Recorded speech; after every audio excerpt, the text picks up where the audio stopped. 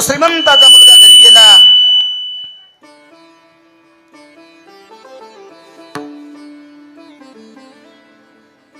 सोबत आपल्या गुरुजींकडे विद्यार्जन करण्यासाठी हा बालक निघून गेला. संध्याकाळी घरी आला. आईच्या डोळ्यात पाहण्याची ताकद नव्हती. आल्याबरोबर आईचं दर्शन घेतलं.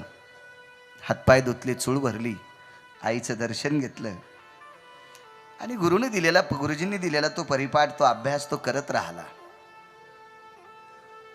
गृहपाठ तो करत राहिला. संध्याकाळची वेळ जे असेल ते आईनं वाढलं. त्या मुलानं जेवण केलं आईसोबत. आईला सांगितलं, आई मी पडू का ग? झोप बाळा. चांदण्याचा प्रकाश होता. आई बाहेर तुळशी वृंदावनापाशी आली ना आकाशाच्या चंद्राकडे बघत होती. का रे निशापती, तुझ्याच्या सत्तेनं भ्रमण करतो त्या देवाला आमची कहाणी सांगणार आहे. काय जाणू देवा होशील निजला. काय आमचं प्रारब्ध लिहित असताना देवाला झोप लागली होती का रे? हे निशापती,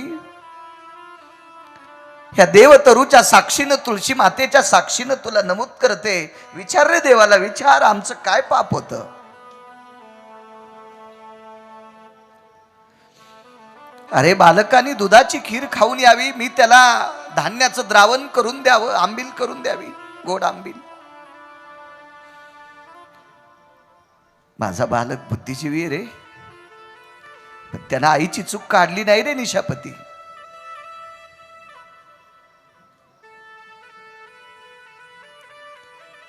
ऐकताची वाणी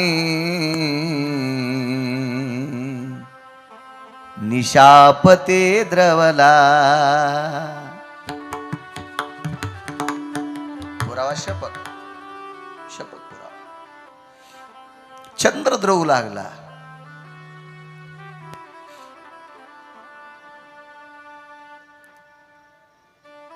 ती आई बाहेरनं मध्ये आली.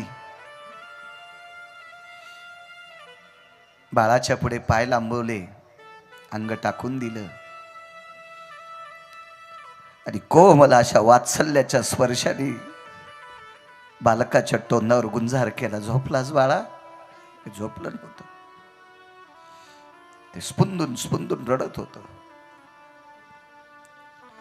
आईनं हृदयाशी बिलगून धरलं. का रडतो बाळा? आई माफ कर ग.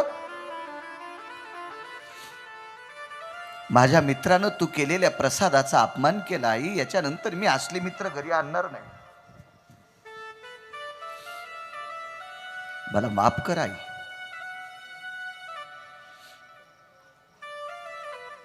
इतका सात्विक, एवढा सदाचारी, इतका पुण्यशील, पावन पुत्र. त्या मुलाचं नाव होतं भक्तराज उपमन्य. एक चिमुकल्या भक्ताच्या यादीतला उपमन्य. सप्तम स्कंदात आशाच्या का भक्ताचं चरित्र आलं पुढे. तो भक्तराज प्रल्हाद.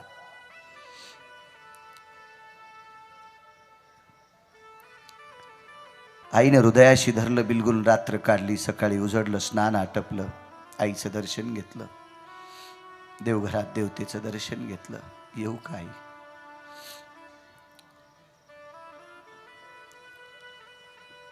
बाळा वेळ आहे अजून, तुझी गुरुजी यायला वेळ आहे. आईपाशी बसला आणि आईला सहज विचारला, आई आपलं काय प्रारब्ध असेल? बाळा, हे घडवायचं सगळं त्याच्या हातात आहे. त्यानं जसं ठरवलंय का तसं राहावं लागतं रे बाळा. आपल्या हातात नाही रे राजा ते. आई तो म्हणजे कोण ग? हे विश्व ज्याच्या कृपेने चालतो, ती जगातली आगळी वेगळी शक्ती, त्याचं नाव आहे देव. देव कोणाला बनायचं माहितीये का? तुमच्या आणि माझ्या मधातलं कनेक्शन जिवंत ठेवून तो दळणवळणीचं तो देव. मी बोलत असताना हे शरीर मला मदत करतंय, या दोघांच्या मधातलं कनेक्शन जिवंत ठेवतंय. आत्मा आणि शरीर तुटला आयुष्याचा दोरा, येर वाऊगा पसारा. मंगळवेढ्याचे मालक श्रीमंत श्री चोखवराय नमूद करतात. देखवी ऐकवी एक नारायण, हे सगळे सूत्र ज्याच्या हातात आहेत. तुझी या कृपेने वेदाशी बोलणे, सूर्याशी चालणे, तुझी या बळे ऐसा तू समर्थ ब्रह्मांडाचा धनी. हे सगळे सूत्र ज्याच्या हातात आहे त्याला देव म्हणतात. तुमच्या आमच्या कल्पना गोड आहे. यावर्षी 5व्या महिन्यामध्ये रोहिणी नक्षत्र हे कोरडच असतं. बऱ्यापैकी मृग नक्षत्रापासून पावसाची सुरुवात असते. अकालेवर शतम मेघम, रोहिणी नक्षत्रात पडलेला पाऊस हा अवकाळी असतो. आपल्या शब्दात अकाली असतो, तो मोसमी नसतो. पण रोहिणी नक्षत्राच्या आधी 15 दिवसानं पाऊस यावर्षी पडला. इतका भरगच्च पाऊस पडला की काही काही ठिकाणी नद्यांना सुद्धा पाणी आलं. कोणाची ताकद असेल बर? ही पंढरीतल्या मालकाची. आणि तो मालक विश्वाला कसं ठेवायचं त्याच्या हातात आहे रे, ते तुमच्या आमच्या हातात नाही. आपण गोड वागायचं असतं. काही माणसं म्हणले आम्ही बुद्धिवादी आहेत, आम्ही प्रचंड अभ्यास केला, आम्ही कोणाला मानत नाहीत. नको मानू, तू ठरव. आम्ही आमच्या ज्ञानाला मानणार, आम्ही आमच्या अभ्यासाला मानणार, असं कसं शक्य आहे?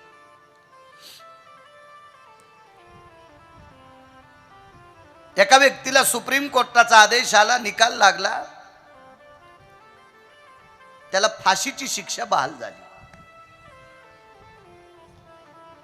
कागदपत्र तयार झाली, फक्त न्यायाधीशाच्या मुखारबिंदातून शिक्कामोर्तब करायचं राहिलं. वरच्याचं सूत्र किती घोडे लक्षात घ्या. आपण नाही घोडे नाचवायची. आणि त्याला कळालं की न्याय आपल्या विरोधात आहे, आपल्याला फाशीची शिक्षा आहे, सर्वोच्च न्यायालयाची सूचना आहे. बाई हुशार होती. या स्वामी गोपाल कृष्ण भगवान की जय.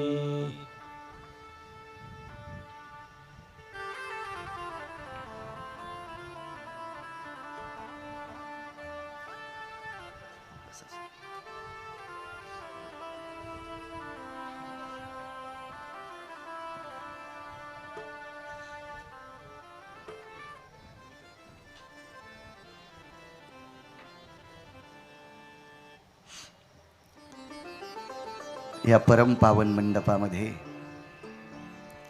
धर्मानाम पवित्रो धर्म संन्यासो पवित्र. आज सुद्धा एका गुरुवर्यांचं आगमन झालं. श्री गुरु धर्मनिरपेक्ष सद्गुरु सोमगिरी बाबा सुद्धा या ठिकाणी आलेत. पूज्य श्री बाबांच्या चरणी गिरगावकरांचा साष्टांग.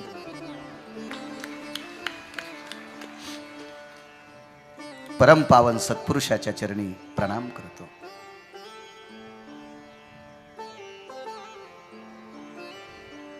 या लोकांनी बी कालही गुरुवर्य पूज्यश्री कैलासगिरी बाबांच्या विषयी तुम्हाला सांगितलं. या लोकांनी वासनेला विस्तू लावला. पुराणातले मारुतीराय, पुराणातले भीष्माचार्य आपण बघू शकत नाही. आपल्यासाठी हेच भीष्माचार्य आणि हेच मारुतीराय आहेत. पुनश्च एकदा महात्म्यांच्या चरणी, सोमगिरी बाबांच्या चरणी दंडवत करतो.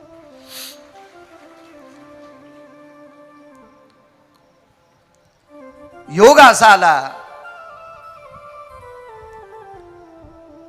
त्या व्यक्तीची पत्नी हुशार होती आणि न्यायाधीशाच्या घरी एक वस्तू नेऊन दिली. ती वस्तू पाण्यातली होती. त्या वस्तूचं नाव आहे मासा.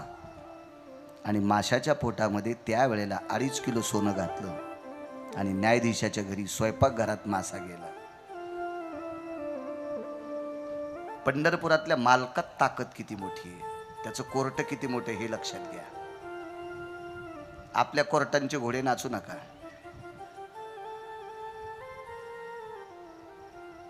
ह्या कोर्टानं जरी तुम्हाला निर्दोष सोडलं ना, ते कोर्ट कोणाच्या बापाला भेट नाही. इथं चलल खालीवरी पत्ते करणं, खालीवरी पानं करणं, त्याच्या कोर्टात नाही चलत देवा. येथे नाही खोटा चालत परिहार, येथे नाही खोटा चालत परिहार.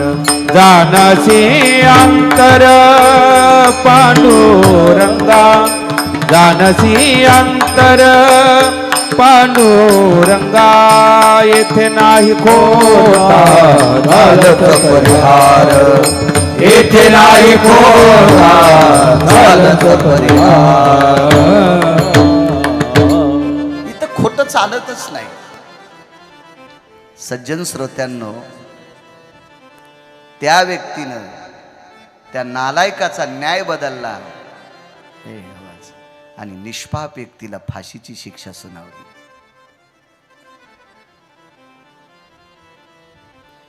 पण ज्या वेळेला नालायक निर्दोष सुटतो का, त्यावेळेला त्याचे पावलं जमिनीवर टेकत नसतात, इतकं लक्षात ठेवा. नालायकाला एखादी अलभ्य गोष्ट भेटती का, ती त्याला पचिताच येत नसती, ते नाचतच असतो.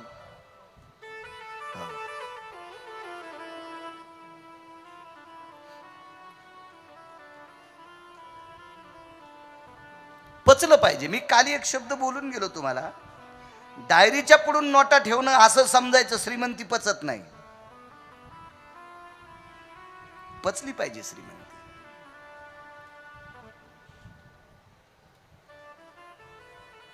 माझ्या लहानपणी हे हल्लीच्या बायकांनी डोक्यातलं काढून टाका, पुतळ्यांच्या माळा घातलेल्या माथाऱ्या पाहिल्या नाही. पेटाऱ्या घातलेल्या, पेटारी तर यांना कळणारच नाही या टिकल्यावाल्याला. तुम्हाला काय कळणार आहे पेटारी? तुम्हाला बाजीगर कळल, थ्री पीस कळल. होय संतोष भाऊ, ते दागिने तुमच्या बाबाला कळत असतील, त्याच्यातले 25% तुम्हालाही कळणार नाही. गिरगावकराकडे सोन्याचं दुकान नाही, पण 98 दागिने पाठ. सोन्यासारखं मेमरी कार्ड दिले. लोपामुद्रेनं सीताई साहेबाला दिलेले दागिने जुन्या बायका घालायच्या. शेवन पीस किती पीस एकत्रित टाकल्या एक पुतळीची बरोबरी होईल? पुतळी त्या काळातली टाकली की तिला कोणताही कस लावा, ती 52 कसी. अशा माळा घातलेल्या माथाऱ्या पाहिल्या, त्या माळानी त्यांच्या मानाला करकुंडे पडले, इतकं सोनं घातलेल्या म्हाताऱ्या पाहिल्या. पण लग्ना कार्यात लवून चोपून साजूक पद्धतीने गजगामिनीची आ चाली, आ कुरंगाईसी नवाळी, ती ओ पाहिली स्वामिनी, गजगामिनी ओ चाली. श्रीमंत राजाच्या दरबारातली हत्तीन जशी वैभवात चालते आणि मनसोक्त अरण्यातली कुरंगी म्हणजे हरिणी जशी सौंदर्याच्या लतेनं घुमून चालते, तशा म्हाताऱ्या पाहिल्या मी, कपाळ भरून कुंकू लावलेल्या.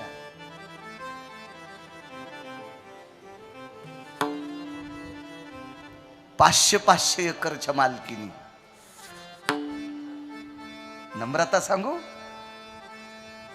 500 एकर वाल्याची मालकीन, त्या गळ्यामध्ये पुतळ्याच्या माळानं पेटारी, बापरे, ठुश्या,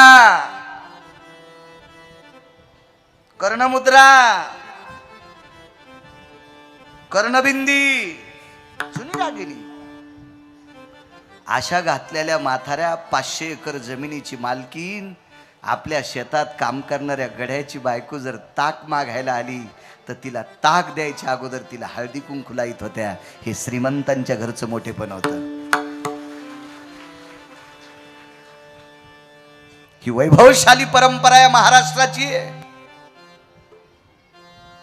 श्रीमंती टिकवण्याची साधने आहेत माझ्या माईंनो. पैसा हा गौण विषय, आपल्याला इथं ठेवून जायचा आहे. आपल्या विधभर पोटाची या शरीराची खळगी भरण्यासाठी, सुखद सोचले पूर्ण करण्यासाठी या पैशाची किंमत आहे. मानवता हा सर्वात मोठा पैसा आहे. सर्वात मोठी श्रीमंती, सर्वात मोठा दागिना आहे. फार मोठी श्रीमंती आहे. या देशाची, या महाराष्ट्राची परंपरा सांगू तुम्हाला. देवी भागवतात एक वर्णन आलं देवा. अमावस्याच्या दिवशी सकाळी अमावस्या मागायला आलेली एक स्त्री, तिला काळे उडीद देत असतात. ग्रहणाच्या दुसऱ्या दिवशी आली तर, एरवी सुद्धा अमावस्याच्या दिवशी आली तरी उडीद द्यायची पद्धत आहे, पीठ दान करायची पद्धत आहे, तेल दान करायची पद्धत आहे, मीठ मिरच्या दान करायची पद्धत आहे. पण एक पद्धत सांगू माझ्या माईंनो, उदो नारी शक्तीचा आहे. अमावस्येच्या दिवशी अमावस्या मागायला आलेल्या एका गरीब माऊलीला त्या काळातल्या बायका तिच्या हातावर हळीत कुंकू टाकत होत्या.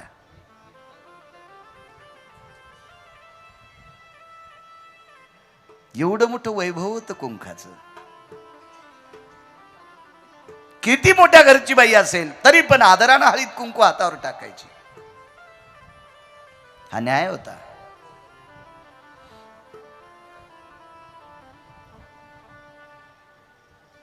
काही गोष्टी पचिता आल्या पाहिजे. एक माफी मागून एक मन म्हणतोय, ती मन परंपरागत पडलेली, पण तिच्यातला एक शब्द जरा खरट आहे.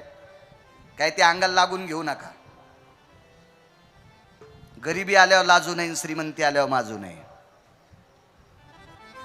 फार गोडशी मन होती जुन्या काळात. गरिबी आल्यावर लाजायची नाही, आपल्या वाट्याला जे काम येईल ते काम करायचं, आणि श्रीमंती आल्याच्या नंतर मातायचं नाही. कारण श्रावण महिन्यामध्ये वल्ल्या जाग्यावर वळवळ करणारा शिदड, याच्यासाठी चैत्र येतच असतो. लालाजी हे शिदड दिसत नाहीत. हे तुम्ही बोलू नका रे, चिठ्ठ्याला येणार आहे, सावकाश. आज हिंगोलीवरनं आदरणीय विकासजी जयस्वाल,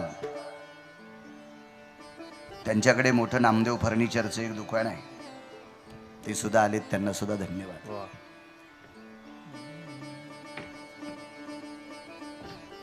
या बाबा.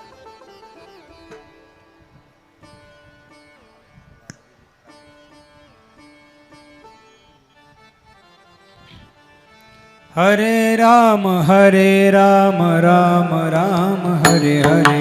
हरे राम राम राम हरे हरे. हरे कृष्ण कृष्ण कृष्ण हरे हरे. हरे कृष्ण कृष्ण कृष्ण हरे हरे. हरे राम राम राम हरे हरे. हरे कृष्ण कृष्ण कृष्ण हरे हरे. हरे राम राम राम हरे हरे. हरे कृष्ण कृष्ण कृष्ण हरे हरे. या परिसरातील वारकरी संप्रदायातील एक तात्विक रत्न गुरुवर्य बाळकृष्ण महाराज दिघे, रामगड संस्थान, पूज्यश्री महाराज श्री सुद्धा आलेले आहेत. महाराजांच्या चरणी सुद्धा गिरगावकराचा साष्टांग दंडवत प्रणिपात.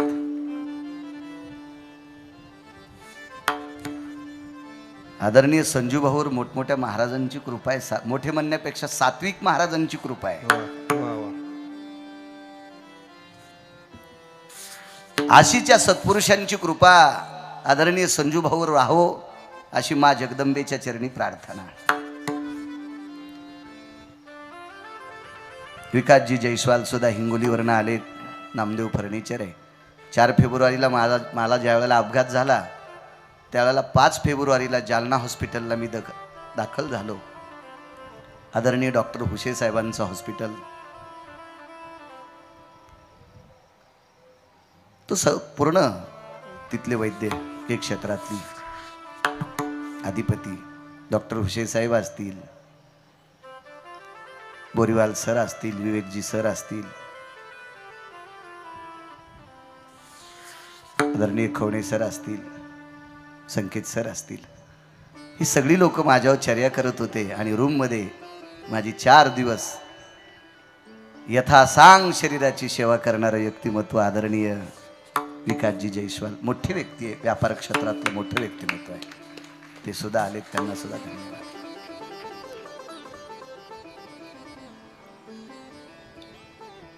चांगल्या गोष्टी पचवण्यासाठी ताकद लागती. न्याय उलट झाला, गुन्हेगाराला मुक्त केलं आणि निरापराध माणसाला फाशी झाली.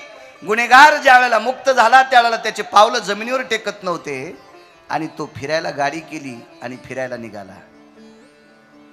मोठ्या गाडीत बसला, 7-8 मित्र घेतले. त्या काळात एअर कंडिशनर गाडी केली आणि फिरायला जावं कुठं, जवळ काही नाटकं करता येत नाहीत म्हणून लांब गेले. रस्त्याने एक देव लागला, त्या देवाचं दर्शन घेतलं. ते देव म्हणजे भगवान बालाजी प्रभू, व्यंकटेशाचं दर्शन घेतलं आणि पुढे एका देवाकडे निघाले. तर व्यंकटेशानं त्या देवाला सांगितलं, खालच्या सर्वोच्च न्यायालयातून मुक्त झालेला आरोपी तुमच्या दर्शनाकरता यायलाय, त्याला तुमच्या कोर्टात मुक्त करू नका. म्हणून पंढरपुरातल्या मालकाचं कोर्ट किती मोठं आहे लक्षात घ्या. त्या आरोपीच्या पत्नीनं माशाच्या पोटात 2.5 किलो सोनं घालून त्या शासन दरबारच्या लोकांना दिलं आणि मालकाची शिक्षा कमी केली बाबा. आणि सर्वोच्च न्यायालयानं त्याला मुक्त सोडलं. मुक्त 150 पानाचा निकाल, मुक्त सोडलं. आणि गाडी करून तिरुपतीचं दर्शन घेतलं. श्रीशैल्य मल्लिकार्जुन संहाराची देवता, निर्माणकारी हाडामासाचा कुंभार ब्रह्मदेव, कुलाल हाडाचा बाप चाढाचा, अखंड मडके घडितो रे, हे तुम्हा आम्हाला निर्माण करणं ब्रह्मदेवाचं काम. ह्या मडक्यात काय टाकायचं हे पंढरपुरातल्या मालकाच्या हातातलं काम. आणि मालकानं सांगितलं यायचा टाइम संपला प्रभू, मग मळ्यात नेऊन पेटवायचं काम काशीतल्या मालकांच्या हातात आहे. भगवान श्री शैल्य प्रभूंच्या दर्शनाकरता जाणारा व्यक्ती, रस्त्यात एक डॅम होता, तळ होतं, सरोवर होतं, त्याच्यात आंघोळीला गेला, अजून वापस नाही आला. हे मजा मारायला संघ गेलेले हे तसेच पळून घरी आले. त्याच्या खिशात पैशाचं पुट्टल होतं, हे रेल्वेने पळत आले, गाडीत डिझेल टाकायला शिल्लक नाही, ते पुट्टलही त्या धरणातच गेलं, पैशाचं बंडल.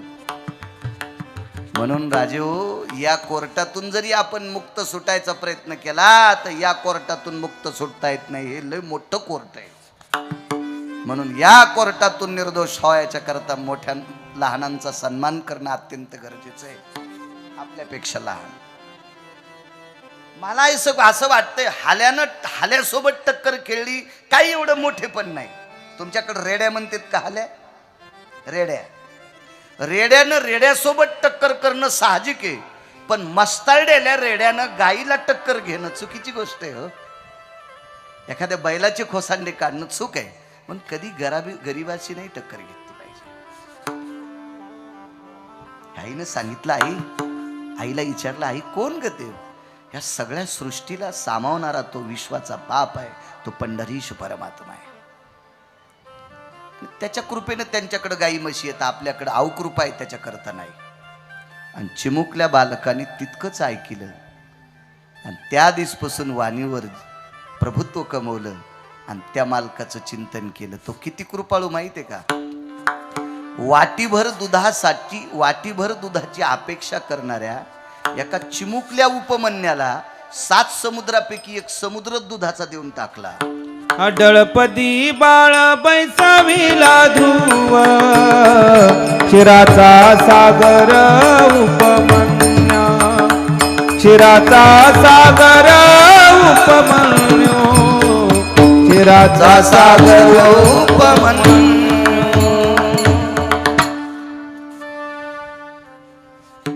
गुरुवर्य महाराज वाटीभर दुधाची अपेक्षा केली. काय पंढरीतला मालक उदार हो, शिराचा सागर उपमन्यू देऊन टाकला. पण उपमन्य हा किती सात्विक वारकरी होता लक्षात घ्या. निष्ठावंत वारकऱ्यांना किती द्या, देव जर नसल तर ते मान्य करीत नाही. स्वामीजी उपमन्याला दुधाचा समुद्र दिला पण उपमन्यान देवाला सांगितलं, देवा वाटीभर दूध मागत होतो, तांब्याभर द्यायला पाहिजे होतंस, चरवीभर द्यायला पाहिजे होतंस, कळशीभर द्यायला पाहिजे होतंस, भांडभर द्यायला पाहिजे होतं, हौद भरून द्यायला पाहिजे होतंस, समुद्र दिलास, पण त्या समुद्रात तू नाहीस. वा. ज्या समुद्रात तू नाहीस का, ते दूध मला नकोय. काय ताकद हो भक्ताची, वाणीची ताकद बघा, वाणीची ताकद.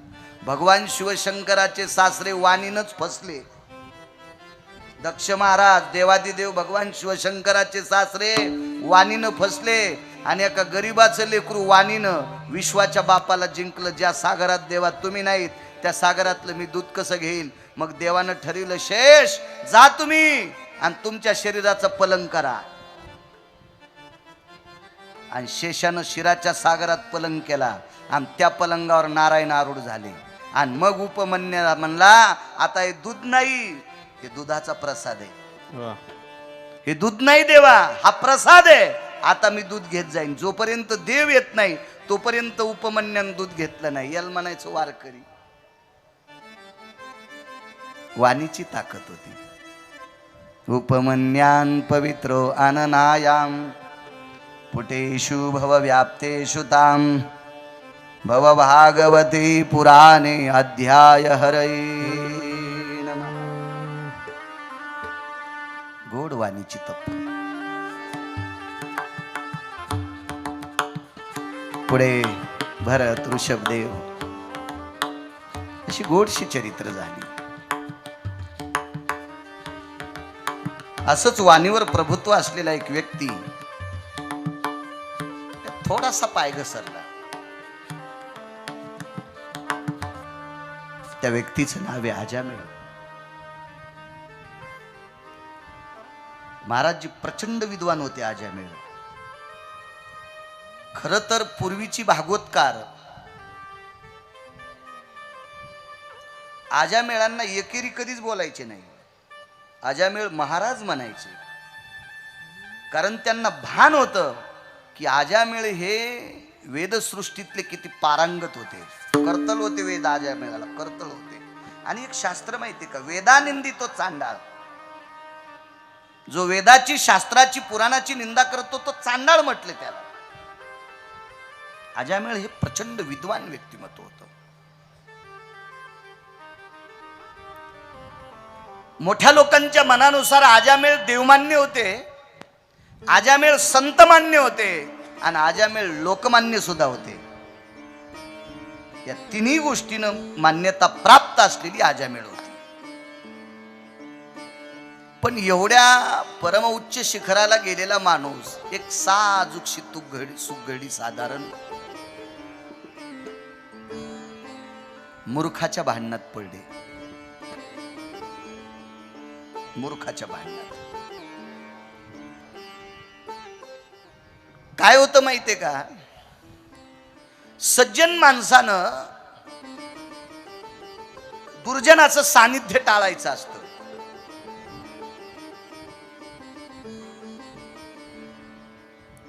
केवढा जरी फायदा असेल तर दुर्जनाच्या घरी थांबायचं नाही. संगत सज्जन की करले, सज्जनांच्या संगतीत राहायचं, दुर्जनांच्या नाही.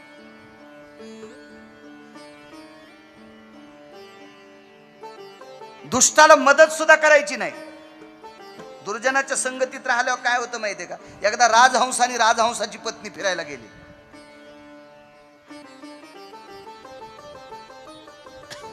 चिमण्या फिरायला गेल्या, कावळे फिरायला गेले, बगळे फिरायला गेले.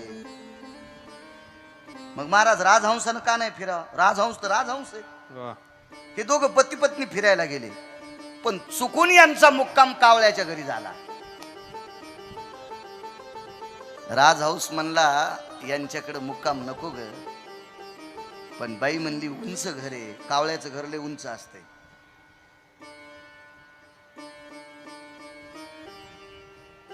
आणि आपल्याला त्रास होणार नाही, आपण यांच्या घरी राहू.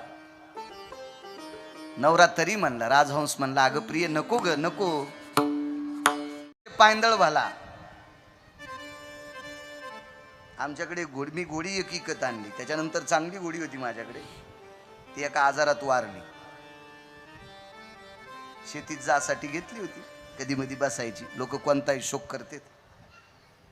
घोडी त्याच्या अगोदर एक घोडी आली, त्यानं सांगितलं महाराज जी बहुत बढिया बछडी है. ते भाषा गिशा त्याची हो मारवाड पंथातलं होतं ते तिकडचं. बहुत बढिया बोले लेके जाओ. ती घोडी आणली, त्या घोडीला पहिली चाल, दुसरी चाल, तिसरी चाल, आनंद वाटला. त्याला 11,000 रुपये इनाम द्याला. काय घोडी जोरदार आहे. पण घोडीला एक खोड होती, त्याचे पैसे दिल्यावर कळाली ती घोड बोरी खालून गेल्या. ती मुद्दाम लगाम आखाडा तरी लोंबकळलेल्या बोरी खालून जात होती. मला उडी टाकता आली, त्यावेळेला अपघात नव्हता माझा, मी उडी टाकली म्हणून तोंड वाचलं, नाही तर त्या बोरीच्या काट्यानं सारे तोंड वरबाडून गेलं असतं. अशा घोडीवर बसण्यापेक्षा पायी चाललेलं बरं. म्हणून बापसाहेब मालक म्हणायचे, माफ करा बरं मोठ्यांचं वाक्य सांगतोय, आयंदळ घोडीशे पायंदळ भाला ना अवकुशळ बायकुशे हिदवा भाला. आणि तुम्ही बी टाळ्याच वाजवायला का याला? कशा हुशारेत पान यायचे. वायर बिलकुल भ्रष्ट नाही यायचे, काय नाही लूज येते. मुंगळे एरवी हिशोबात नसते, मुंग्या रांगेत चालत्यात. माझ्या माईंनो पतीपेक्षा मोठा देव कोणताच नाही. पुन्हा एकदा सांगतो, आपल्या पतीचं दर्शन घेणारी स्त्री तिची पंढरपुरातल्या आणि काशीतल्या मालकावर सत्ता असते. एवढी मोठी शक्ती आहे माझ्या माईंनो तुमची. तुम्ही इकडं तिकडं उग आडी अडचणीत वळचणीत हात घालून साधना करत जाऊ नका. सगळ्यात मोठी साधना ती आहे. कावळ्याच्या घरी राजहंसानं आणि त्याच्या पत्नीनं मुक्काम केला. सकाळी आटपल्याच्या नंतर आता कावळ्याच्या घरचं काय राजहंसाला खाताच येत नव्हतं. राजहंस चारा मुक्ता फळे आणि कावळे कावळे ढोपरा कंकर तितिरा. तितीर नावाचा पक्षी खडे खातो आणि कावळे जखमा झालेली जनावरं शोधित असतात. कुठल्या जनावराला जखम आहे त्याच्यावर तर रक्त शोषण करतात कावळे. आणि राजहंसाला ती घाण आवडत नाही ना. मग राजहंसानं आपलं बाजूला स्नानगिन आटपलं, कावळ्याला रामराम घातला, येतो म्हणले. पण कावळा म्हणला एकटाच जाय. राजहंस म्हणला एकटा म्हणजे माझी पत्नी? तुझी नाही म्हणले, माझी आहे. मग राजहंसाची पत्नी हापकुली. ती म्हणली बाई किती घाण, तुला रात्री सांगत होतो हा लय नालायक आहे, पण तुला कुठं कळालं याचं घर लय उंच आहे, एसी लावलेले येतात, कूलर लावलेले येतात, हो 1.5 लाखाची गादी आहे, काय आता फुकून घ्यायचं काही घर आपल्या अंगावर पाडून? नाही म्हणे. राजहंस हुशार होता, त्यानं वकील लावला. राजहंसानं वकील लावल्यावर कावळ्यानं वकील लावला. पण कावळ्याचा वकील म्हणला आता कसं केस आली म्हणून घेतो, पण राजहंसीन ही राजहंसाची पत्नी असती, कावळ्याची नसती. तर कावळा म्हणला काय फीस घ्यायची तर घ्या, पण केस आपल्यासारखी झाली पाहिजे. वकील म्हणला केस जिंकणं शक्य नाही. मी तुम्हाला एकांतात सांगतो, केस घेतली, मी वकील आहे, कारण कोटच काळा घातलाय, केस घेतो, पण राजहंसीन कावळ्याची पत्नी होत नसते. ते म्हणला वकील साहेब पैसे तर देतोच, पण अजून 4 दिवसाला महालय सुरू होणार आहे, म्हणजे पितृपंधरवाडा. तुमच्या घरात कोण कोण मेले? वकील म्हणला मेवणी मेली, एक साडू मेला, माझी आजी मेली, माझे वडील मेले, माझी आई मेली, माझे आजोबा मेले. मग एक करा, तुम्हाला पाहायला भेटले का? नाही. मग माझ्यात तुमचे पूर्वज दाखवायची ताकद आहे. वकील म्हणला जीवनात पैसे किती कमीता येतील, पण मेलेले बायबाप पाहायचेत ना. लय दिवसापासून मेवणी पाहिली नाही, मेल्यापासून चित्रातच पाहिली, आणि ती आता जित्ती पाहायला भेटणार आहे. काय साडू होता बापा बापा बापा बापा. हा, त्या साडूनं माझ्यासाठी कुक्कुट पालन केलं, आणि तो साडू गेला, आणि तो साडू आता महालयात बघायला भेटणार आहे. एवढा जर कावळा आपल्याला साडू सगळे दाखित असेल तर वाटेल ते प्रयत्न करू, पण केस मात्र कावळ्याची जिंकू. आणि कावळा जिंकला. जिंकला ना बाबू महाराज, कावळा जिंकला. कावळा जिंकल्याच्या नंतर राजहंस दुःखी झाला. पण राजहंसीन कावळ्याला म्हणली, ठीक आहे, न्याय जर तुमच्या बाजूनं लागला असेल तर मी तुमची पत्नी होऊ शकत नाही, पण आता न्यायदेवतेनं तुमच्या बाजूनं कोल दिलाय, वकिलाने इतके पुरावे सादर केलेत, मी तुमची पत्नी झाले, पण मला तुमच्या घरचं खाता येत नाही ना, मी जगन कशी?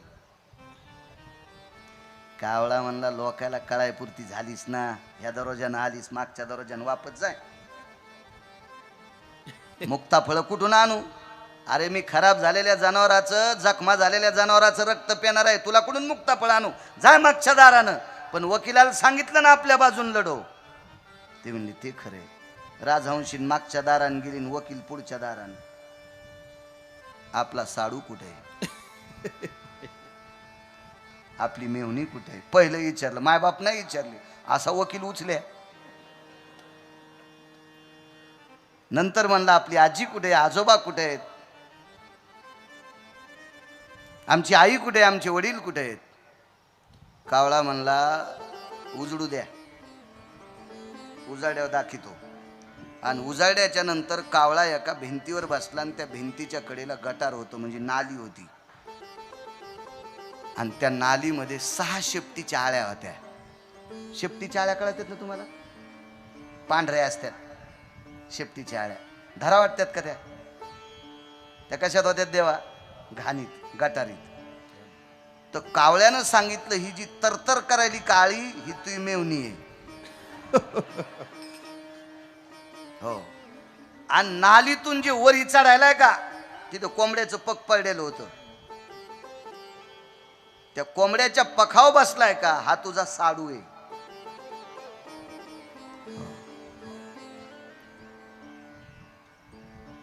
आणि वंशजाला पाहिल्यावर 4 आळ्या एका कोपऱ्यात लपल्या, त्या आजी, आजोबा, वडील आणि आई. तर वकील म्हणला, कावळे दादा नालायक आहेत का तुम्ही? माझे आई वडील नरकात कसे जातील? बोला बापू. लोभावरी ठेवणी हेत करे असत्य न्याय नेत, त्याच्या पूर्वजा पतना नरकी होती किडे जाण.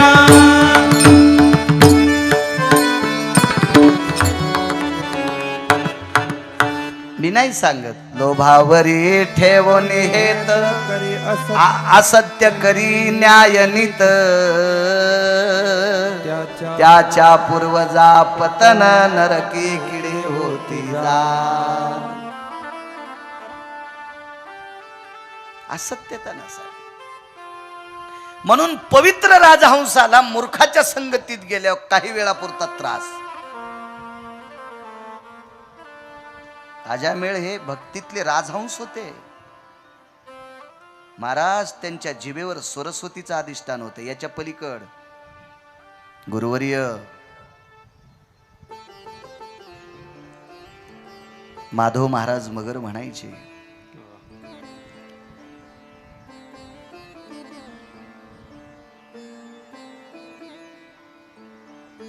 प्रचंड अभ्यासू व्यक्तिमत्व आमच्या परिसरात.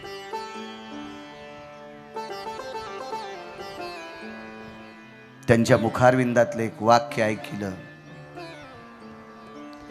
आजामेळ महाराजांचा कंठ शेकण्यासाठी सरस्वती येत होती. सरस्वती विद्येची देवता कंठ शेकायला यायची. एवढे विद्वान आजामेळ. पण मूर्खाचा वाद मिटवायला गेले. सहज त्या बाईला म्हणाले, काय अशा मूर्खांकडे राहते, जाऊ कुठे, मला आई वडील नाहीत, ये तुला लेक म्हणून सांभाळी. आणि आजामेळानं त्या अनिष्ट स्त्रीला घरी नेलं. अनिष्ट होती, नष्ट होती. विचारानं बरं. माझ्या माईंनो, तुम्हाला सर्वोच्च पदवी आणि श्रीमंत पदवी का दिली माझ्या संप्रदायानं? राज्य, राणी व संपत्ती कशा करता? कारण या पवित्र देशातली स्त्री, आचरणानं शुद्ध असलेली स्त्री ही देशातली संपत्ती ठरू शकते. आचरणाने. आणि आचरण भ्रष्ट असलेली स्त्री हिला जार कुटिलाची उपमा आहे. आणि आचरण भ्रष्ट असणारी स्त्री तिच्या पोटाची उदरनिर्वाह व्हावा म्हणून तिला लेक समजून आजा मेळानं आपल्या घरी प्रवेश दिला. पण पुन्हा एकदा ऐका, चुकीच्या माणसांना काहीच सहन करता येत नाही. श्रीमंती टिकवता येत नाही बाबा, वैभव टिकवता येत नाही, प्रतिष्ठा टिकवता येत नाही. हे मोठ्या दिव्यासारखे फडफड करणार आणि सकाळच्याला इजून जाणार.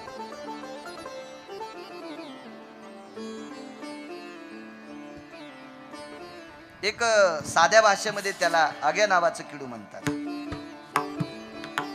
आणि पुराणाच्या भाषेमध्ये त्याला खद्योद्गत म्हणतात. ते शेपटीकून चमकत आहे,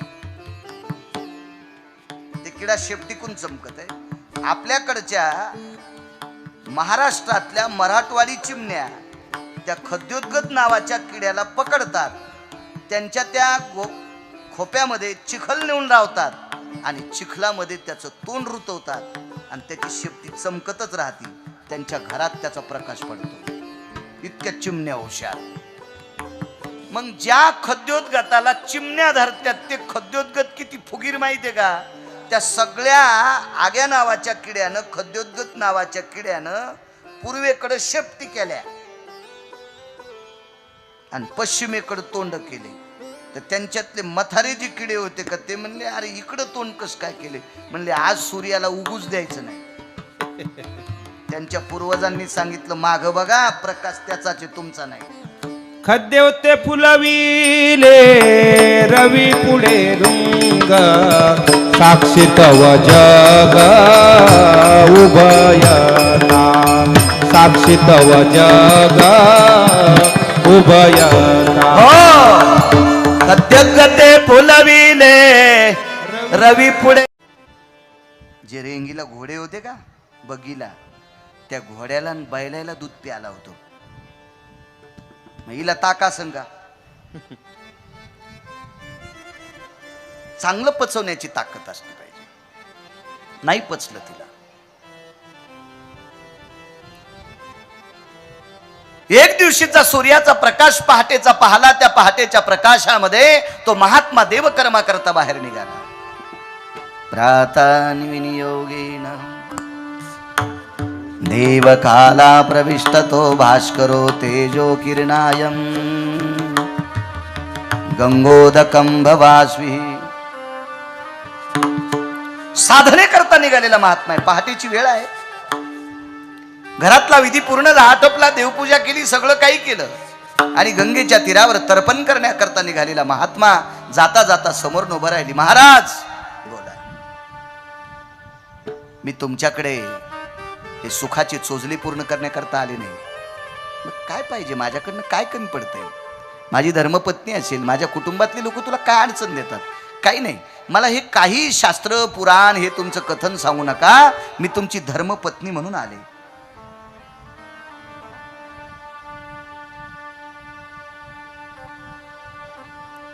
लोहाची रसे मिनलिया श्रवण इंद्रिये, म्हणजे बुजले श्रवण इंद्रिये. तापलेल्या लोखंड तुम्ही जसं जसं तापवता का त्याचा रस तयार होतो, रस. आणि तापलेल्या लोखंडाचं पाणी कानात टाकल्यावर स्वामीजी किती त्रास होत असेल बाबा, किती त्रास होत असेल बाळकृष्ण बाबा. तितका त्रास आजामेळ महाराजांना ती स्त्री बोलल्याच्या नंतर झाला.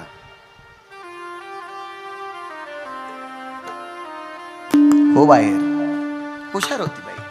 आणि तुम्ही अजून बी एक लक्षात घ्या, चुका करणारी माणसं बोलण्यात फार पटाईत असतात. तिनं सांगितलं, मला जर बाहुबळानं तुम्ही काढून दिलं तर जगामध्ये मी शंखध्वनी करीन की आजामेळानं माझ्या शरीरावर अन्याय केला. आणि चाली गोड असते.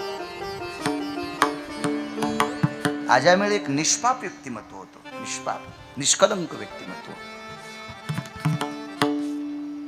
काय होतं देवा, कधी कधी मागचा ठेवा माणसाला घातक ठरत असतो, घातक ठरत असतो, घातक ठरत असतो. एक लक्षात ठेवा, समाजामध्ये चुकीचं वागणारी माणसं जर चांगली होत असतील तर असं समजायचं पूर्वजांचं पुण्य शिल्लक आहे. आणि आपण किती चांगलं वागून जर आपल्याला अडचणी येत असतील तर आपलं मागचं थोडं चुकीचं आहे.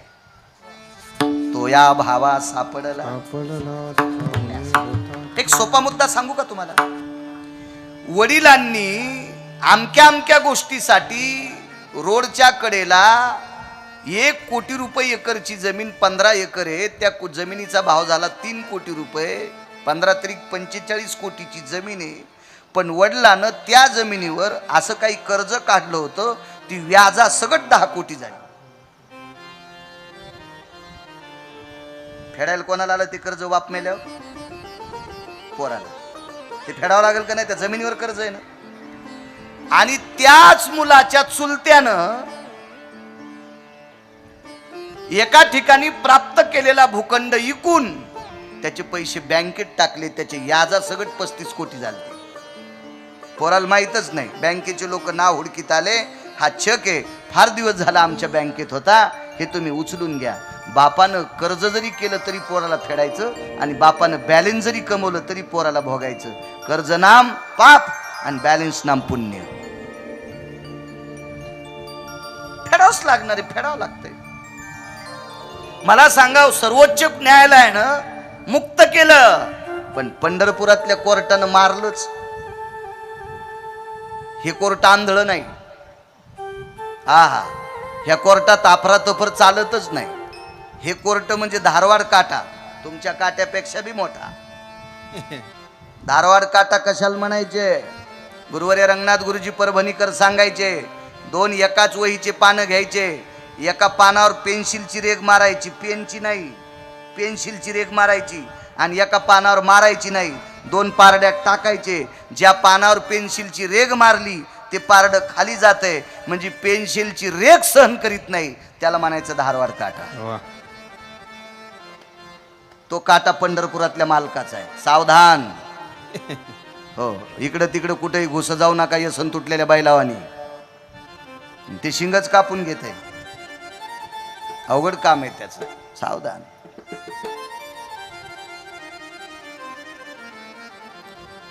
त्यानं मोठ्या मोठ्याच्या यशनी तोडून घेतल्या.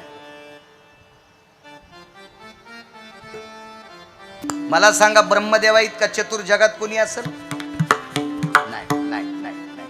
आपल्या देशाची संख्या किती घरण? जर आता लोकसंख्येचे मोजमाप केलं तर बाळकृष्ण बाबा, गुरुवर्य स्वामीजी 150 कोटी लोक, त्याच्या पुढे भरतील 4-5.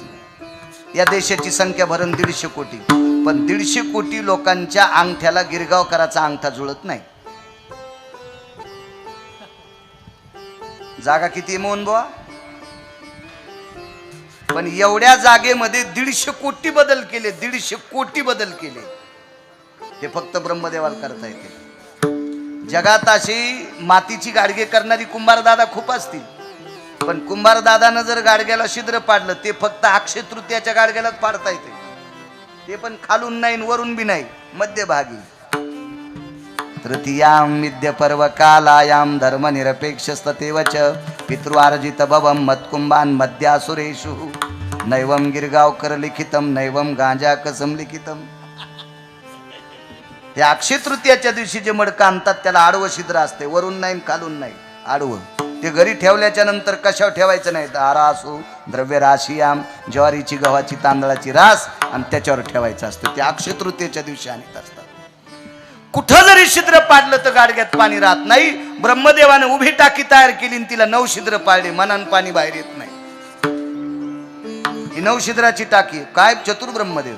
पण या ब्रह्मदेवाच्या विरोधात हस्तिकविटन्य न्याय झाला. न्यायाधीश कोण? सासरा. आरोपी कोण? फिर्यादी कोण? मुलगी. आरोपी कोण? ब्रह्मदेव. बापाच्या विरोधात फिर्याद बाबा, आरोपी बाप, फिर्यादी मुलगी, आणि जज बाप, जज नवरा.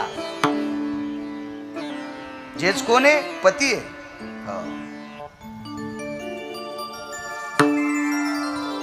न्याय चुकीचा ठरला. वेदार्थाचा गोवा कन्याभिलाष वेदे नाही आईसे सांगितले. न्याय न्याय महाराज.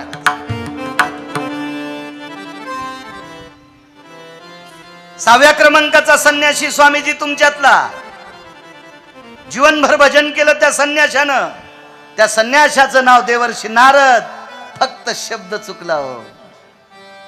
नारद चुकला चाळा भजनाचा. आपल्याकडे मंत्र्याच्या गाडीला किती दिवे होते पहिले, आता तर नाही. तर पण एक होता ना, एका मंत्र्याच्या गाडीला 222 दिवे. पण काम चुकला, वेळ चुकली, कर्म चुकलं. इंद्रा पडले बघ. चंद्र झाला कोण चंद्र? चंद्राचा प्रकाश दोनच लोकांना पटत नाही, एक चोरांना आणि एक गाढवाला. कारण चोरांना का पटत नाही? कारण त्यांना उजेडात चोरी करा वाटत नाही ना, म्हणून पटत नाही. आणि पौर्णिमेच्या दिवशी गाढव मोकळे सोडा. उन्हाळ्यात जिकून सावली पडती का त्या भिंतीला गाढव उभे राहते. एका गाढवाला विचारलं, अरे सूर्यप्रकाश नाही. ते म्हणला पोळाईत लागलं इतकं. चंद्राचा प्रकाश पळत असतो का? फक्त कोणाला पळवतो माहितीये का? गर्धवाची या पाठी निशापतीचे किरण नैवम गिरगाव कर लिखितम. मोठ्यांचं वाक्य महाराज, आपलं थोडंच आहे. पण जगाला शीतल प्रकाश देणारा चंद्र, याच्या पलीकड सांगू का? याच्या पलीकड महाराज, एका पौर्णिमेच्या दिवशी चंद्राचा अमृत दुधाच्या पात्रात घेतल्याच्या नंतर, ते दूध सेवन केल्याच्या नंतर 6000 नाहीसे होतात. अश्विनी कुमाराची कृपा होत असते. इतकी चंद्र अमृतात ताकद आहे. तर चंद्र किती पवित्र असेल, पण त्याला सुद्धा क्षय नावाचा रोग झाला. कारण ही न्याय देवता कोणाच्या नाही? भिडभाड तुका म्हणे सानाथो. आरतीचे यजमान तयार राहा. अजामेळाची 5-7 मिनिटात चरित्र मांडतो. आणि नाईला जाणं अजामेळाला लोक जगिन्या करतात, त्या स्त्रीला सांभाळावं लागलं. परिणाम वाईट झाला. जीवनात दुःख पडलं. म्हातारपण अत्यंत फजितीत गेलं. शेवटच्या टप्प्यात एक बाळ जवळ होता. एका साधूला विचारलं महाराजजी, साधूला विचारलं काय करावा? काही नाही, या बाळाचं नाव नारायण ठेवा. पुत्राची आमिषे नारायण गोकी. बसताना नारायण, उठताना नारायण, आला का नारायणा, गेला का नारायणा, औषध घे नारायणा, जेवायला घे नारायणा, पाणी दे नारायणा, इकडे ये नारायणा, तिकडे जा नारायणा, हे बघ नारायणा, ते कर नारायणा, हे पाह नारायणा, ते घे नारायणा, इकडे ये नारायणा, जाऊ नको नारायणा, त्यांच्याकडे जाय नारायणा, ते घेऊन ये नारायणा. सारखं नारायण नारायण नारायण. अंतकालेचे मामेव स्मरण मुक्त कलेवर त्या लागे विमान पाठविले. अजामेळा करता विमान आलं. पण एक पडकथा सांगतो पाठीमागची, 5 मिनिटात यजमान तयार राहा. मुनिश्री शुकदेवांनी प्रश्न केला. अजामेळ धर्मनिरपेक्ष होते. अजामेळानं त्या स्त्रीला काढून दिलं असतं तर 4-2% लोक म्हणले असते अजामेळ पापी. पण देवाच्या दरबारात अजामेळ पवित्र होते. अजामेळ निष्कलंक होते. परस्त्रीला रथ झालेला नव्हता. तिच्याकडे मुलगी या दृष्टीने पाहत होता. मग अशा अजामेळानं उत्तरेश्वर बापू त्याचा संग का केला? त्याचं कारण गतो जन्म पाप हा. अजामेळाला हे मागच्या जन्मातला खटका होता. अजामेळ मागच्या जन्मामध्ये दंडी संन्यासी होते, विरागी संन्यासी होते, त्यागी संन्यासी होते. हिमालयाची प्रदक्षिणा करत होते. हिमालयाची प्रदक्षिणा करत असताना 22 वर्षाचा तरुण संन्यासी हिमालयाच्या थंडीनं पडल्याच्या नंतर पाठीमागं 80 वर्षाचं एक ज्येष्ठ व्यक्तिमत्व आलं. त्यांच्यासोबत त्यांची कन्या होती. ते गर्भांध होते. आपल्या बापाचा हातातला काठी धरून ती मुलगी हिमालयाची प्रदक्षिणा वडिलांना करत होती. वडिलांना डोळे नव्हते, तिला डोळे होते. तिनं सांगितलं, बाबा कुणीतरी एक महात्मा, अंगावर वस्त्र नाहीत, डोक्याला फक्त 14 केस आहेत शेंडीला. त्या शेंडीमध्ये एक रुद्राक्ष बांधलेला आहे. गळ्यामध्ये कुठल्याही प्रकारचा दोरा नाही, काय नाही, वस्त्र नाही, आणि तो खाली पडलेला आहे. वडील अंध जरी होते तरी विद्वान होते. नाना प्रकारचं चातुर्य होतं. जवळ गेले, नाडी परीक्षा केली. मुलीला सांगितलं, बाई संन्यासी त्यागी अनुरागी निष्ठ आहे, पण हा संन्यासी या थंडीनं व्यापून गेलेला आहे. त्याचं शरीर आखडलेलं आहे. या संन्याशाला जर वस्त्र समर्पित केलं तर या संन्याशाला जीवदान प्राप्त होते. सांगितलं, बाई माझं वय झालेलं आहे, राहिली हिमालयाची प्रदक्षिणा राहू दे. माझ्या अंगावरचं वस्त्र टाकलं तर मी मरेल, पण संन्याशी वाचेल. या संन्याशाला वाचल्याचं पुण्य मला प्राप्त होईल. मुलगी हुशार होती. वेगाच सांगतो, एक्सप्रेस गाडी आता. तिनं सांगितलं, बाबा तुम्ही मरून पावतान, पण मला कोणीतरी एखादा नराधम उचलून नेईल, माझ्या शरीराचे धिंगडे उडतील. मग त्याच्यापेक्षा मी कन्या आहे, मी मृत्यू जरी पावले तर माझ्या अंगावरचं वस्त्र संन्याशाच्या अंगावर टाकते, संन्याशी जगेल. त्या व्यक्तीनं सांगितलं, बाई तू जर मृत्यू पावली तर मी कुठेही ओढ्या खोड्यात पडेल, मी चक्षुहीने गर्भांधे, सगळं वाटोळं होईल जीवनाचं. तिनं सांगितलं, बाबा तुम्हाला मरायचं नाही, मला मरायचं नाही. संन्याशी कसा वाचेल? स्वतःच्या कमलोंडूतलं पाणी घेतलं, हातावर संकल्प सोडला, बाई तुला आशीर्वाद देऊन टाकतो माझ्या पुण्याचा, त्या संन्याशाला वाचविशीला असं तू सत्कर्म कर. आणि त्या मुलीनं पुन्हा तिच्या हातावर पाणी घेतलं. संन्याशी बेशुद्ध अवस्थेमध्ये होते, बाजूला संकल्प सोडा देवा. आणि त्या संन्याशाला सहोदरा भयव्याप्ती नाम धर्म संन्यासोस्तते वच सहोदरास्तते वच व्याप्ती पूर्णातिमुच्यते. संकल्प सोडा. हे संन्यासी महाराज, पाठ फोडून आलेल्या भावापेक्षा तुम्ही माझे बंधू आहात. आणि भाऊ समजून त्या संन्याशाच्या बाजूला निद्रा केली. एक वस्त्र दोघांनी पांघरलं. संन्याशाच्या अंगातली थंडी निघून गेली. संन्याशी पहाटे उठले, ब्राह्मी मुहूर्त होतं. हातातला कमलंडू घेतला. हिमालय जर असेल तरी चांदण्याचा प्रकाश होता. त्या चांदण्याच्या प्रकाशामध्ये कमलंडूतलं पाणी घेतलं आणि शाप दिला, पापीनी मला बाटवण्याचा प्रयत्न करत होतेस, तुला पुढचा जन्म वेशेचा मिळेल. काय पाप होतं तिचं? तुला पुढचा जन्म वारांगणेचा भेटेल, वेशेचा भेटेल, असा त्या संन्याशानं शाप दिला. मनामध्ये विनाकारण वितंडवाद आला. आणि ही कालांतरानं जागी झाली. वडील रडू लागले. वडिलांना विचारलं, बाबा काय झालं? तुझं जीव त्या संन्याशाला वाचिलं, प्राणदान दिलं, पण तुझं जीवन मातीत गेलं, तुला पुढचा जन्म वेशेचा भेटेल. महाराज, ती अनुरागाची कन्या होती, सिद्धपुरुषाची कन्या होती, सदाचार्याची कन्या होती. तिनं बापाचा कमलंडू हातात घेतला आणि संन्याशाच्या पुढे पळत होती. संन्याशाच्या समोर उभी राहिली. संन्याशी रागवत होता. तिनं सांगितलं, काय रागवायचं तर रागा, जीवनाचं मात्र करून टाकलं, पण लक्षात ठेवा मी पण तुम्हाला सोडणार नाही. तिनं हातात पाणी घेतलं आणि संकल्प सोडला, मी तुम्हाला भाऊ मानलंय, माझ्या अंतकरणात तिळा इतकं सुद्धा पाप नव्हतं, आणि तुम्ही मला अंतकरणामध्ये नाना प्रकारची शंका घेऊन पुढच्या जन्मात वेशावशीला असा शाप दिला. तुम्हाला वाचवलेलं पुण्य माझ्याकडे, मी तर वेशा तुमच्या शापानं होईल, पण मी सुद्धा तुम्हाला शाप देते, त्या वेशीशी तुम्ही रथ होताल. गतो जन्म पापा अजामेळ भयो व्याप्तीर संगाती वेशाना. म्हणून राजो, कोण्या जन्मातलं पाप कधी उतू येईल काय सांगता येत नाही. मागच्या जन्मामुळे अजामेळासारख्या सात्विक सदाचारी पुण्यशील पावन व्यक्तीला एका वेशेशी रथ व्हावं लागलं. पण वाणीनं भगवंताचं भजन केलं. अनाथाच्या नाथे घातला विमानी नेला उचलोनी परलोका. महाराज, या पवित्र मुखाने भगवान शिवजीच्या सासऱ्यांनी नासून टाकलं, आणि याच पवित्र मुखाने चिमुकल्या उपमन्यानं जिंकलं. याच पवित्र मुखाने अजामेळाने जगाचा बाप जिंकला. इथे श्रीमन महाभागवते पुराणे अजामेळ चरित्र प्रसंग अध्याय. हरये नमः, हरये नमः, हरये नमः. जय जय श्री राधे, जय जय श्री राधे, जय जय श्री राधे. मोठ्या श्रद्धेने चालत असलेला हा ज्ञानयज्ञ 4थ्या दिवसात आला. आदरणीय सर्वांच्या अंतकरणातलं तनामनातलं व्यक्तिमत्व, आदरणीय संजयजी भाऊ, राजकीय क्षेत्रातलं एक सर्वांच्या तनामनातलं रत्न. पण राजकीय क्षेत्र सांभाळत असताना सुद्धा आध्यात्मिक क्षेत्रात त्यांनी गोडशी वर्णी लावली. गेल्या 9 वर्षापासून शारदीय नवरात्र उत्सव गजर नारी शक्तीचा खूपसा आनंद वाटतो. रोज एका भाग्यवान जेवढ्या त्या मावल्या असतील त्यांच्या ठरलेल्या नियमानुसार त्या मावल्यांचा नामनिर्देश होतो आणि त्यांना पवित्र मा जगदंबेचं वस्त्र प्रसाद म्हणून समर्पित केल्या जातो, पैठणी म्हणून समर्पित केल्या जाती. ही द्वापार युगात जगाच्या मालकाने वस्त्राच्या रूपात द्रौपदीची लाज राखली. काय महाराज, वस्त्रदानात फार मोठं संत शिरोमणी नामदेवरायाचा अभंग आहे, वस्त्रदाने सुंदरपण. वा, कारण नामदेवरायाचा उल्लेख आहे, वस्त्रदान होत राहावं. पवित्र महाराष्ट्राच्या मातीतील या पवित्र सात्विक सदाचारी पुण्यशील माझ्या मावल्यांना, या देशाची ओळख, या देशाची स्त्री आहे, अशा पवित्र स्त्रियांना, भाग्यविधात्यांना, मावल्यांना रोज अशा प्रकारची वस्त्र समर्पित केल्या जाती. तोही उपक्रम संजय भाऊ तुम्ही आजमवला.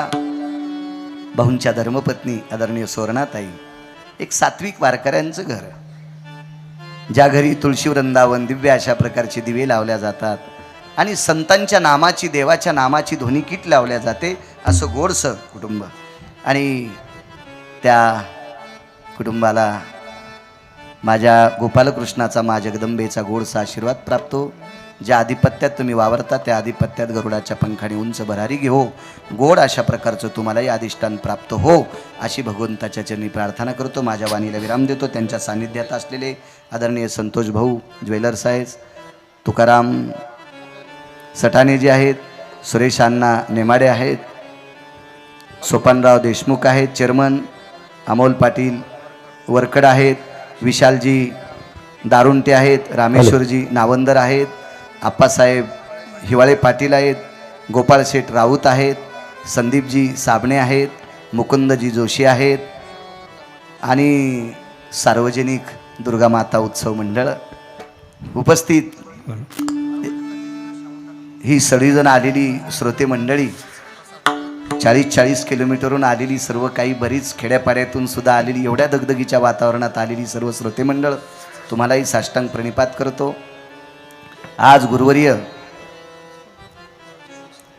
बाळकृष्ण महाराज दिघेजी बाबा आलेले आहेत. आदरणीय श्रीगुरु सोमेश्वरानंद गिरीजी बाबा सुद्धा या ठिकाणी आले. दोन्ही सत्पुरुषांच्या चरणी साष्टांग दंडवत करतो. मृदंग क्षेत्रातलं नाविन्यपूर्त मोहन महाराज गुले असतील, चे साहेबराव महाराज असतील, आदरणीय फकीरराव महाराज असतील, आदरणीय उत्तरेश्वर बापू वांगीकर असतील. आज नामदेव फर्निचरचे सर्वा आमचे विकासजी जयस्वाल सुद्धा आले, त्यांनाही धन्यवाद. आमच्या दोन्ही वेदमूर्ती गुरुवर यांना प्रणाम करतो, दंडवत करतो. ज्यांच्यामुळे भाऊ तुम्ही मला फोन केला, ज्यांच्या मार्फत आदरणीय गिरिजीनाथ महाराज, त्यांनाही धन्यवाद प्रणाम करतो. हे साऊंडवाले तुम्हालाही धन्यवाद देतो. महिलांना पुन्हा विनंती करतो, तुम्हाला वाढण्याचा प्रयत्न करा, तुम्हालाच वाढण्याचा प्रयत्न करा. प्रसाद आता नंतर जो प्रसाद होतो तो प्रसाद, आमच्याकडे 2 महात्मा जन्माला आलेले भाऊ, त्यांच्याकडे कीर्तन मागायला गेले की त्यांनी एकच म्हणायचं, माणसं किती जीव घालशील, प्रसाद किती लोकांचा करशील, आणि ते कीर्तन देत होते. त्यांनी आयुष्यात कधी पैशाला हात लावला नाही, पण ते एकच म्हणायचे, प्रसाद किती करशील, मी तुझ्या इथं कार्यक्रमाला येतो. आनंद वाटला. रोज येणाऱ्या सद्भक्तांना मा जगदंबेचा फलाहार प्रसाद तुम्ही देता. तुमच्या त्याही कार्याला गोड अशा प्रकारची गरुडाची झेप येवो, ही माझ्या गोपालकृष्णाच्या मा जगदंबेच्या चरणी प्रार्थना करतो. आणि परवाला रविवारी 28 तारखेला दुपारी 2 वाजता कथा सुरू होईल, तेवढं मला माफ करा, कारण मी अगोदरच 6-7 महिन्यापूर्वी एक कीर्तन घेतलेलं होतं. त्या कीर्तनाचं पत्रिकासुद्धा नमूद झालेली आहे. म्हणून परवाला रविवारी 28 तारखेला दुपारी 2 वाजता कथा सुरू होईल, याची पुन्हा एकदा दखल घ्या. उद्यासुद्धा मी त्याचं तुम्हाला उल्लेख करत राहील, पण परवाला रविवारी 28 तारखेला 2 वाजता कथा सुरू होईल. आणि त्याच्यानंतर सुद्धा फराळाची व्यवस्था होणार आहे त्याच वेळेला, याची दखल सर्वांनी घ्यावी. आरतीवाली मंडळी सगळीजण या. हॅलो, या ठिकाणी आरतीच्या पूर्वी रामगड संस्थानचे प्रमुख हरिभक्तपरायण बाळकृष्ण महाराज दिघे यांचं पूजन होणार आहे. त्याचप्रमाणे सोमगिरी महाराज यांचंही संयोजन समितीच्या वतीनं पूजन होणार आहे. दोन्ही महाराजांना विनंती आहेत, आपण या पूजनाचा स्वीकार करायचा आहे. आजच्या आरतीचे यजमान आहेत बाबासाहेब पवार, मनोज गायकवाड, बाळासाहेब उर्फ सचिन शिंदे, निलेश गावंडे, महावीर कटारिया, महेश उदावंत, देवेंद्र सुवर्णकार, सचिन